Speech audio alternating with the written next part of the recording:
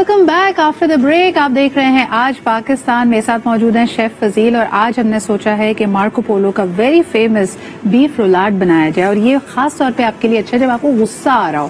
पहले तो हमने आपको बताया कि इसको कह के क्या लेना है, उसके बाद खूब पिटाई हुई है जी इस बीफ की।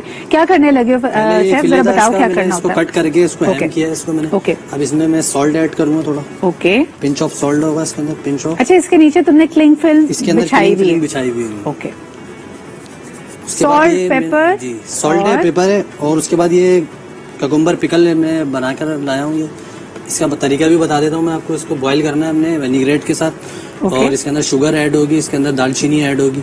तो ये सारी चीजों के साथ इसको पकाना है हमने। इसके अंदर आप अगर ये चीजें नहीं यूज करना चाहते तो आप इसके साथ वो यूज कर सकते हैं, गरकिन भी यूज कर सकते हैं इसके अंदर। ठीक है, बिल्कुल सही है। तो ये आपकी पिकल जो वेजिटेबल्स हैं ये आपने रखा है, ये आप घर में बना सकते हैं। आसान तरीका है, विनेग्रेट में इसको बॉईल करना है, वरना नहीं है तो आप गरकिन भी ले सकते हैं। अच्छा जी, इसका आपने बीच में एक रोल की तरह का बना लिया, देन व्हाट हैपेंस? ये रोल की तरह बना लिया मैंने। इसके बाद इसको मैं रोल करूंगा थोड़ा। ओके, बिल्कुल इसको टाइट करके करना है हमने रोल, ताकि ये खुले नहीं बाद में हमारा सही हो डन होने के बाद। इसको इस तरीके से करना है हमने। उसके बाद जो किलिंग फिलिंग मैंने नीचे बिछाई थी उसको इस तरीके से टर्न करके हम इसको टाइट करके। ठीक है, बिल्कुल इससे अलग नहीं करना है हमने। बाज लोग अलग कर देते हैं तो किलिंग फिलिंग कम पड़ जाती है, उसके बाद फिर रोल सही नहीं बन पाता। सही है, तो मैंने इसको अलग नहीं करा है बिल्कुल भी। ठीक है। और इसको बनाने के लिए आप ये जब रोल कर चुके हैं, ये क्या होता है? ये स्टीम होगा, बेक होगा, किस तरह? इसको हम थोड़ी देर के लिए, तकरीबन आधे घंटे के लिए हम इसको डीप फ्रीजर में भी रख सकते हैं ताकि एक जगह पे ये बिल्कुल बाइंड हो जाए। बिल्कुल सही है। उसके बाद जो है हम इसको पेंसिएट करेंगे।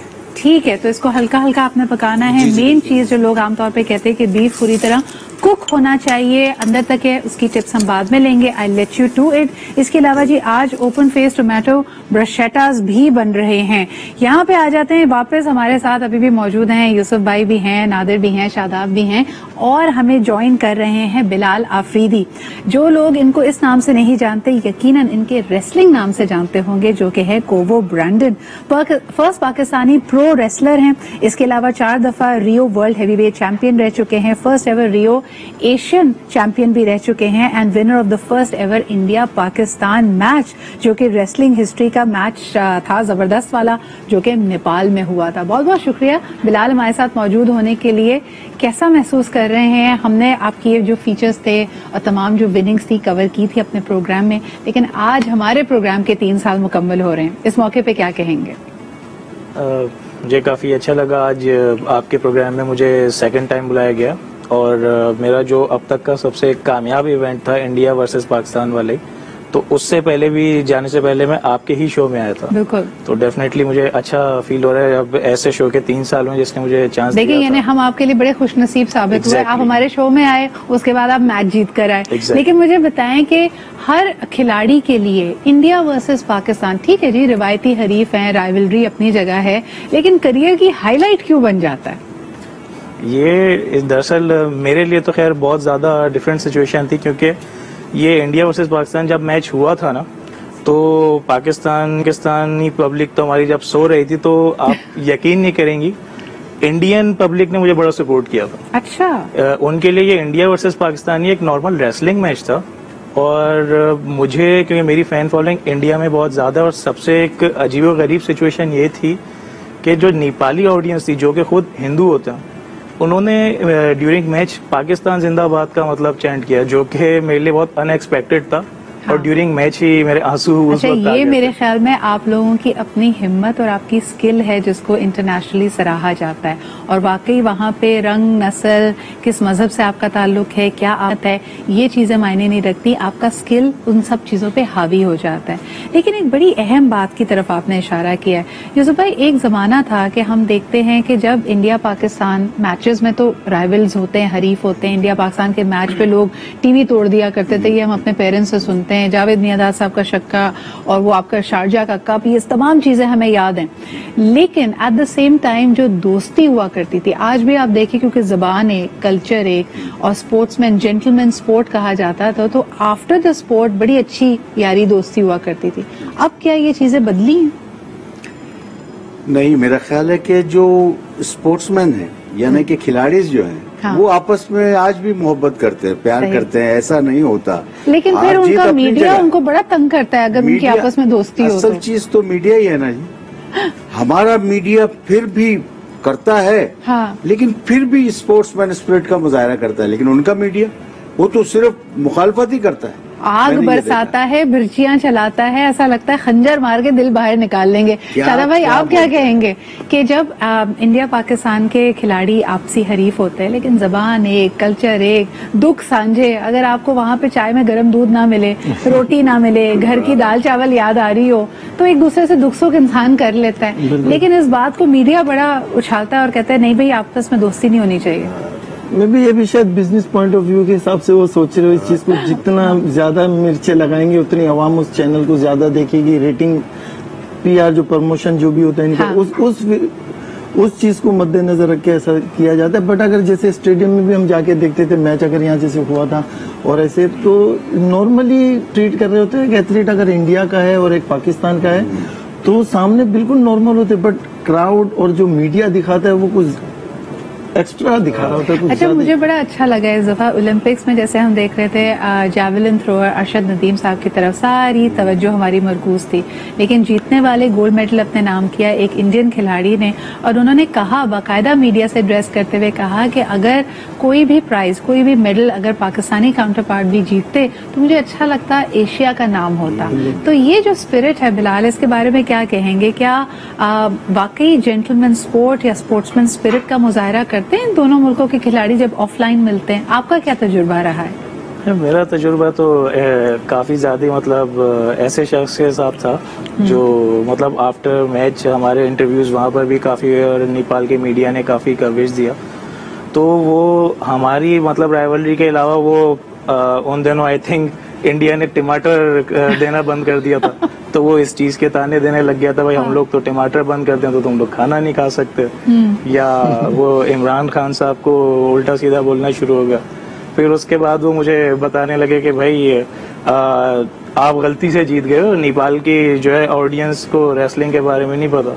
खैर मेरा तो यही एक्सपीरियंस रहा कि हमारा स्पोर्ट ऐसा है प्रो रेसलिंग में कि बिहाइंड द कैमरा जो है we can never be friends. अगर इंडियन ना भी हो तो कोई और भी कंट्री का हो, तो एक प्रोफेशनल जेलिसी हमेशा अंदर रहती है, हाँ। कि ये मेरी तरह मतलब मुझसे आगे क्यों निकल गया, ये चैंपियन क्यों बन गया, या इसकी फैन फॉलोइंग ज्यादा क्यों हो रही है। हमारे यहाँ इवन पाकिस्तान में जो डिफरेंट रेसलर्स हैं, इवन मेरे अपने हाथों से बनाए हुए जो रेसलर्स हैं, उनको मतलब पाकिस्तान में ही प्रोफेशनल जेलिसी रहती है, तो मैं किसी और कंट्री के बंदे के साथ क्यों इस तरह एक्सपेक्ट कर सकता हूँ कि वो प्रोफेशनल जेलिसी नहीं रखे। गुफ्तगू का सिलसिला इसी तरह चलता रहेगा, कुकिंग भी साथ साथ चल रही है, आपसे करनी है बहुत सारी बातें, लेकिन अभी लेते एक छोटा सा break. Will be right back.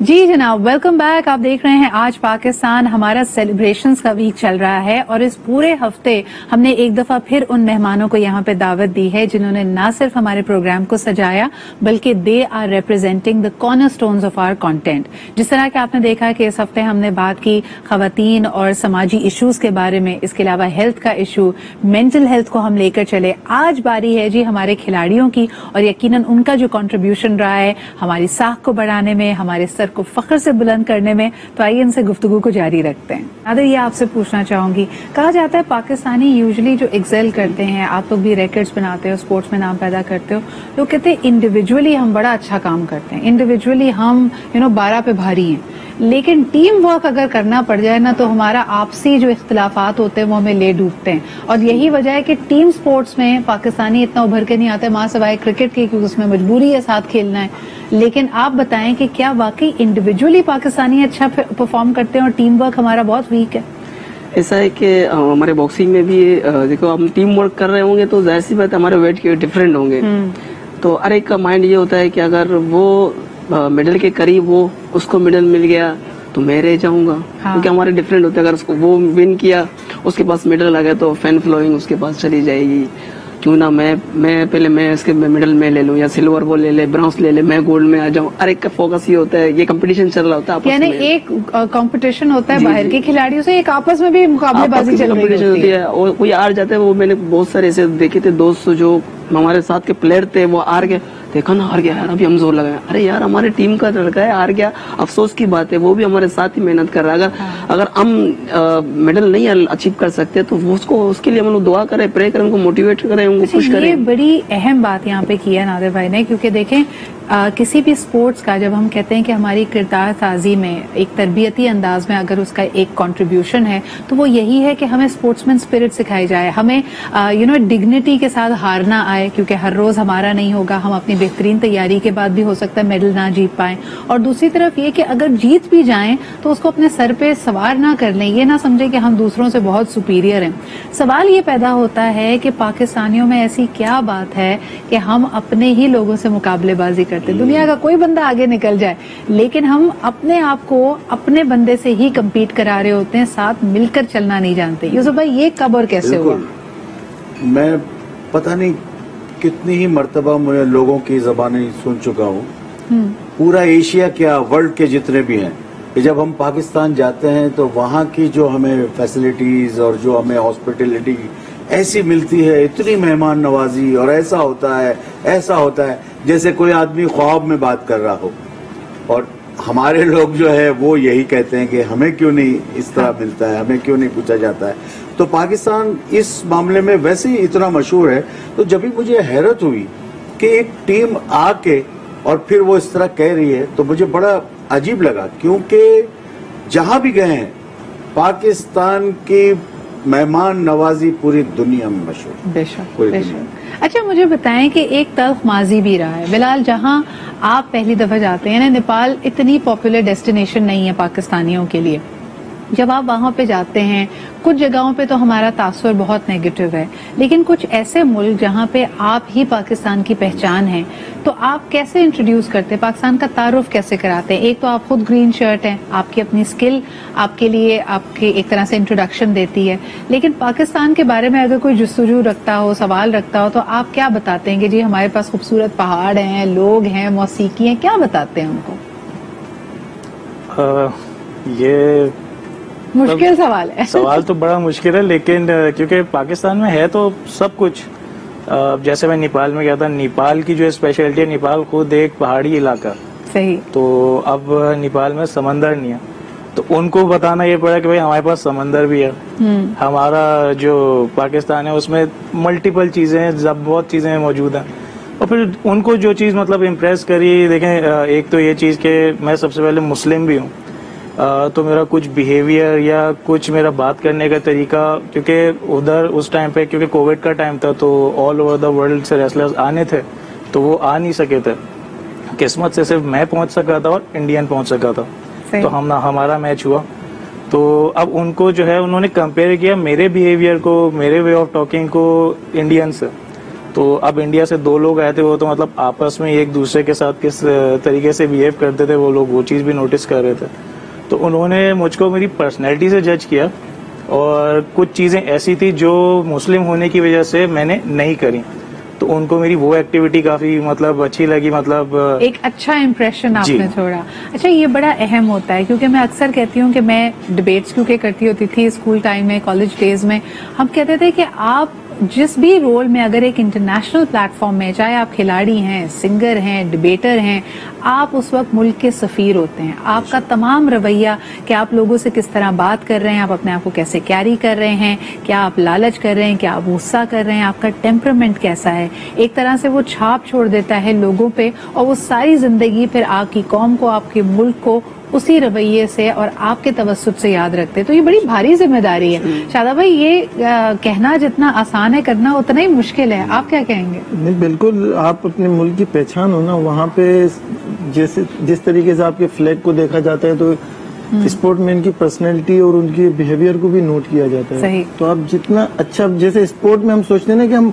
अच्छा खेलेंगे और विन करेंगे, तो अपने बिहेव से भी हमें ये होता है कि हम अपना अच्छा बिहेव दिखाएं, ताकि अपने मुल्क की ये भी कहते हैं पहचान कराए कि हम अच्छे मुल्क के अच्छे लोग हैं। स्पोर्ट्स तो है, बट उसके हमारा बिहेवियर भी अच्छा है।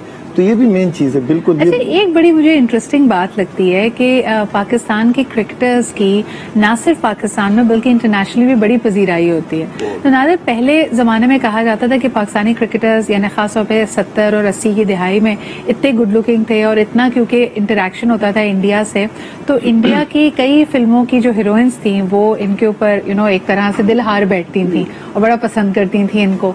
और ये सिलसिला सिर्फ और सिर्फ क्रिकेट तक ही रहा। हमने किसी और स्पोर्ट के बारे में कभी नहीं सुना कि पाकिस्तान के किसी और स्पोर्ट्स स्टार के ऊपर कोई भारतीय हसीना या कोई इंटरनेशनल हसीना आशिक हो गई हो। ये क्या वजह है? इस तरह है कि बाहर मुल्कों में स्पोर्टमैन की बड़ी कदर करते हैं, वो रिस्पेक्ट करते हैं। ये नहीं कि उसके अंदर कलर क्या है, इसका रवैया क्या है, किस तरह है। क्योंकि हम एज ए एथलीट, हम जब काफी मुल्कों में मैं रिप्रेजेंट किया है, जब मैं गया हूँ तो बहुत सारे इस तरह के हमारे फीमेल थे जो मुझे देख के ही उन्होंने मुझे रोका था, काफी मर्तबा रोका है। उन्होंने बकायदा प्रपोज भी किया था कि आप यहीं पर रहो। मैंने उनके सामने हाथ जोड़े, बताया भाई हमारा पाकिस्तान सोना है मेरे लिए, बहुत कुछ है। अच्छा, अगर कभी मुझे बताएं कोई फॉरेन नेशनैलिटी की कोई हसीना आपको पसंद आ गई और उनको आप पसंद आ गए, तो घर वालों की तरफ से तो कोई एतराज नहीं होगा? घर वालों ने तो इसी वजह से सबसे पहले मेरी शादी करवा दी। तो अब घरवाली को एतराज हो सकता है। I think on that note एक छोटा सा ब्रेक लेते हैं, वापस आएंगे, गुफ्तगू को इसी तरह आगे बढ़ाएंगे। देखें जी, टेम्पटेशन एक ही तरह की नहीं होती कि आप आइए हमारे मुल्क में रह जाइए, हमारी काउंटी के लिए खेलिए। इस तरह भी हमारे हमारे जो खिलाड़ी हैं उनके सामने ऑप्शंस होते हैं, ये उनकी वफादारी है कि लोग वापस आते हैं। एक छोटा सा ब्रेक लेते हैं, विल बी राइट बैक।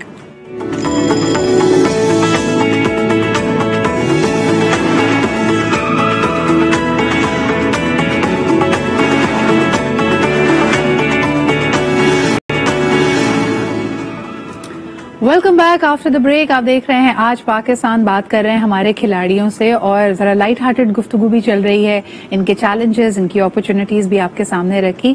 अब क्योंकि प्रोग्राम का आखिरी हिस्सा है, मुझे ये बताइए कि वो लोग जो स्पोर्ट्स में परसू करना चाहते हैं यूसुफ भाई, उनको आपके क्या मशवरा होगा? चैलेंजेस हमने उनके सामने रखे, रियलिटी चेक उनको एक तरह से दिया, लेकिन फिर भी जो जुनूनी है उनको आप क्या कहेंगे और उनके लिए मशवरा क्या होगा आपका? खिलाड़ी को मशवरे की जरूरत नहीं होती है, क्योंकि उसके अंदर उसका जो टेम्परामेंट, उसका जो बर्दाश्त, उसके अंदर जो एक स्पिरिट होती है, वो उसको हर चीज समझाती जाती है कि कहाँ पे क्या करना है, किसी के लिए कुछ बोलना है या किस जगह पे नहीं बोलना है। खिलाड़ी सिर्फ मैं समझता हूँ कि अपनी स्ट्रगल में ही मगन रहता है और उसको बस ये होता है कि बस मैं अच्छे से अच्छा कुछ करूं और ज्यादा अच्छा करूं, मैं ये टाइटल भी जीत लूं, मैं वो टाइटल भी जीत लूं, ये उसकी ख्वाहिश होती है। लेकिन नादिर, आप क्या कहेंगे, कई दफा जोश में इंसान होश भी खो बैठता है। यानी अगर आपके इतना तजुर्बा नहीं है, ना समझी भी है, यंग एज है, किसी ने कुछ कह दिया, कोई गलती हो गई। हमारे यहाँ अनफॉर्चुनेटली गलती के बाद पार्ट 2 या सेकंड चैप्टर की गुंजाइश नहीं होती, एक तरह से उसके लिए बहुत सारे दरवाजे बंद हो जाते हैं। तो ऐसी गलतियों को कैसे अवॉइड कर सकते हैं, उसके लिए कुछ मशवरा दें अगर खिलाड़ियों को? जी, मेरा मशवरा ये कि देखो, स्पिरिट का मुजाहरा करना चाहिए, अपने अंदर कुव्वत मुदाफ़क़त पैदा करना है, बर्दाश्त, क्योंकि स्पोर्ट में सिर्फ बर्दाश्त करता है, बर्दाश्त कर करके वो हीरे की तरह बन जाता है। क्योंकि वो कोयला जब अंदर हीरे के अंदर से निकलता है ना, कोयले के अंदर से हीरा निकलता है, तो आप वो उसको तराशने की कोशिश करते करते जब हीरा निकलता है तो आप बर्दाश्त करोगे, एक टाइम आएगा आप ऑटोमेटिकली बूस्ट हो जाओगे। वो चीज जो आप अचीव नहीं कर पा रहे वो खुद आपकी तरफ आ जाएगा कि मैं आपके लिए बना हूँ, आपके लिए ही बना हूँ। आपने इतनी सब्र बर्दाश्त की, अपने सिर्फ फोकस किया है कि मैंने ये चीजें अचीव करने हैं, मैंने ये करना है, मैंने आगे स्टेप बनाना है अपना बॉक्सिंग में या अदरवाइज कोई भी गेम में अपना नाम बनाना है, कामयाबी अचीव करना है, कोई भी चीज करना है, बस अपने अंदर बर्दाश्त और मेहनत, लगन अपने अंदर रखना चाहिए। अच्छा, बहुत सारे लोग जब आप उरूज पे होते हैं ना, हमारे यहाँ तो चढ़ते सूरज के पुजारी हैं सारे शादाब भाई, तो अगर सूरत हाल बड़ी अच्छी है तो लोग मगन हो जाते हैं। स्पोर्ट्स जो उनके लिए ये तमाम रास्ते खोलता है, जो इनको इज्जत, शोहरत, मकाम देता है, उनकी रह जाती है और इंसान पैसे की, चमक धमक की, फेम की रेल में पड़ जाता है। उस वक्त आप खिलाड़ियों को क्या मशवरा देंगे? देखिए, सबसे पहले तो एथलीट का सिर्फ खुद इंडिविजुअली तौर पे एथलीट कुछ नहीं है जब तक उसकी फैमिली सपोर्ट उससे ना मिले। अगर उसकी फैमिली उसे सपोर्ट कर रही है हर चीज में तो वो वैसे ही बहुत अच्छा है। अप डाउन तो होता है एथलीट के साथ, ठीक है, बट मेन है फैमिली सपोर्ट, कि फैमिली उसके साथ वही ट्रीट करे, बाहर वालों की तरह ट्रीट ना करे, उसे मीन्स ताने तंज ना करे। इससे पहले के एथलीट अंदर से बहुत चीजें देखता है ना, तो अंदर से पहले ही टूटा हुआ होता है। तो एक फैमिली है जो उसे सपोर्ट करती है, जैसे सिस्टर्स हो गई, मदर हो गई, ये है फैमिली सपोर्ट। लेकिन फैमिली सपोर्ट में ना कई लोगों को जरा सख्त वाली खाला फूफो, जैसा कि मैं अभी शेफ फजील के साथ बनने वाली हूँ। फजील जल्दी करो, शो खत्म होने वाला है, जल्दी से हमारे लिए खाना रेडी करो, मेहमान वेट कर रहे हैं। क्या कर रहे हो तुम?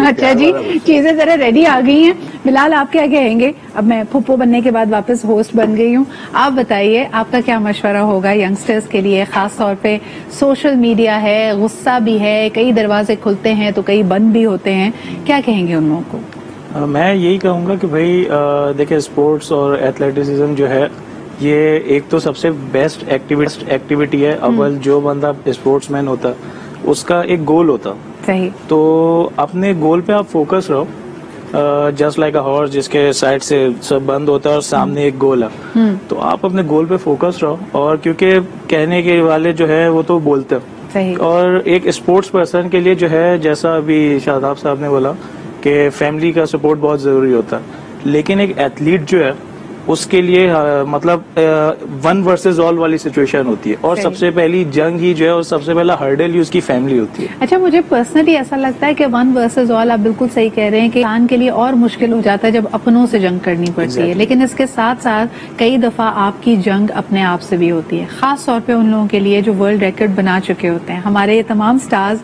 आपके सामने हैं जो दुनिया के नंबर 1 जाने माने हैं, ये रिकॉर्ड अपने नाम कर लिया है, लेकिन अगली दफा इस रिकॉर्ड को अपना ही बनाए रखना और अपने रिकॉर्ड को शायद बीट करना, ये वो नया चैप्टर है इनकी जिंदगियों का जो ज्यादा अहम होता है। और अपने आप को शिकस्त देना सबसे ज्यादा मुश्किल है, because if you know you are the best then that is all that you want to do. So बहुत बहुत शुक्रिया बिलाल, शादाब, नादिर एंड यूसुफ भाई हमारे साथ मौजूद थे। आप सबकी आमद का बहुत शुक्रिया। एक दफा फिर आप लोगों के लिए ढेरों दुआएं कि इसी तरह पाकिस्तान का नाम आप लोग रोशन करते रहें। और आज क्योंकि आप हमारे सेलिब्रेशन में हमारे मेहमान हैं, तो जैसे हमने कहा कि सेलिब्रेशन पार्टनर्स पर कॉन्टिनेंटल कराची हमारे साथ है। चलें जी, चलते हैं हम। मैं कुछ कह सकता हूँ जी यूसुफ भाई, प्लीज आप कहिए। मैं ये कहना चाह रहा था कि आज चैनल जो है वो प्लेयर्स के लिए बहुत कुछ करता है, और मैं देख रहा हूँ कि शायद पिछले 10 साल में मैं इतनी मर्तबा किसी चैनल पर नहीं गया हूँगा जितना मुझे आज चैनल ने बुला लिया है। तो मैं अप्रिशिएट करना चाहूंगा इस चीज को, और प्लेयरों की तरफ से उनको मैं बहुत मुबारकबाद देना चाहूंगा कि आप ये सब कुछ कर रहे हो। और आज आपकी सालगिरह है तो मैं एक लाइन भी गाना चाहूंगा। जी फरमाइए, जल्दी से गुनगुनाइए ताकि वक्त में हम खाने को भी इजाफा उसको। जंगल में मंगल तेरे ही दम से सबने ये शोर मचाया है, सालगिरह का दिन आया है। क्या बात है। सालगिरह का दिन आया है। थैंक यू आज चैनल। थैंक यू यूसुफ भाई फॉर दोज ब्यूटीफुल वर्ड्स। और खास तौर पे जी हमारी सेलिब्रेशन को 4 चांद लगा दिए हैं, और इसके साथ ही आपकी भी बड़ी मेहनत रही है। जल्दी जल्दी आज तुम्हें पता चला ना कि लड़कियों को कैसे डांट पड़ती है किचन में, तो वो भी थोड़ा सा तुम्हें फ्लेवर मिला है। हमारे साथ जी शेफ फजील मौजूद थे फ्रॉम मार्को पोलो। इन्होंने आज बनाया बीफ रोलाज, और इसके अलावा टोमेटो ब्रुशेटा भी बड़ा ही कलरफुल और खूबसूरत है। प्रेजेंटेशन आपके सामने है। आज के लिए वक्त इतना ही है, लेकिन इसको जरूर ट्राई करें। We are bringing you the best recipes from these restaurant, और पीसी कराची यकीनन आपकी सेलिब्रेशंस में आपके साथ होता है। इसी के साथ जी मुझे इजाजत दीजिए। सालगिरह का दिन आया है और ये कंटिन्यू करेगा इस पूरे हफ्ते। कल होगी जी हमारी ग्रैंड सेलिब्रेशन, और यकीनन उसमें केक कटिंग भी होगी। तो हमारे साथ रहिएगा, देखते रहिएगा। आपकी मोहब्बतों का, नेक तमन्नाओं का बहुत शुक्रिया। अपना बहुत ख्याल रखें। खुदा हाफिज।